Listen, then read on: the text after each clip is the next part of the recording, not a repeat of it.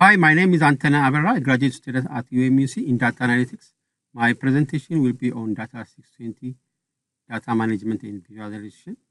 And my instructor name is Professor Prizana Menta. And today's discussion will be focused on time series analysis on US macroeconomic indicators. First, let me start with my time series analysis.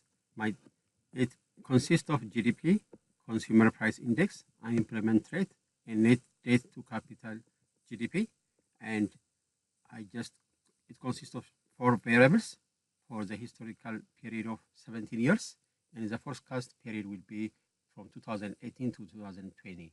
And as shown in the graph, the blue line is the actual line, and the red line is the forecast or the estimates, and the trend line will be the blue line. For the GDP, the trend line, it will be trending just more or less the same. And for the inflation, it's trending downward. For unemployment rate, it looks like straight. And for the government loan per GDP percentage, it will go straight upward.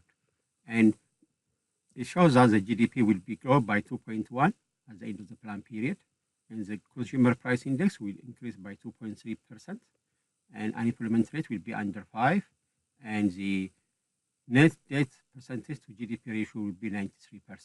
For this analysis, I used linear forecasting method with 95% confidence interval.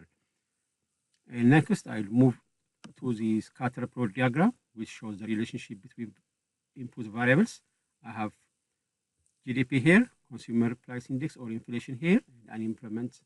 And when you see the relationship, the GDP has a direct relationship with the inflation and inverse relation with unemployment rate.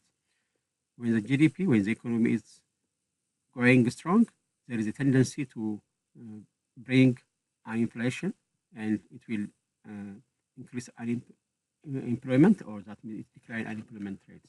So it will have positive correlation with consumer price index or inflation, and reverse relationship with unemployment rate. My third graph will be a bar chart which shows the GDP production by sector. It will become clear that the 4 sectors are the pillars of the economy, such as finance, manufacturing, government, and professional services. For instance, finance contributes around 5.8 billion for the GDP production. When we see the trend for this top sector, it's found that all are in the rising trend, increasing trend. However, at the end of the plan period, manufacturing business will take over the lead from finance. And finally, I'll compare the US economy with the other top economies in the world, and with China, Japan, and Germany.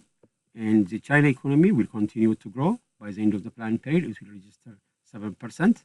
And the German economy will generate 1.1%. In the Japan economy, GDP will have 1.5%. And as shown here, the China economy, which is not significantly affected by the financial breakdown happened in 2007, unlike the West and the other economies.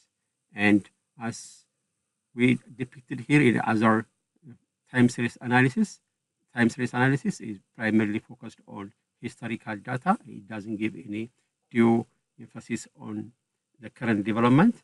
Therefore, the actual or figure may be a little bit different from what's forecasted here. Therefore, we need the viewer to make adjustment during the looking at the progress activities happening in due course. My last presentation is the reference. I get my information from IMF Economic Outlook and governmental agencies. Thank you so much for your time.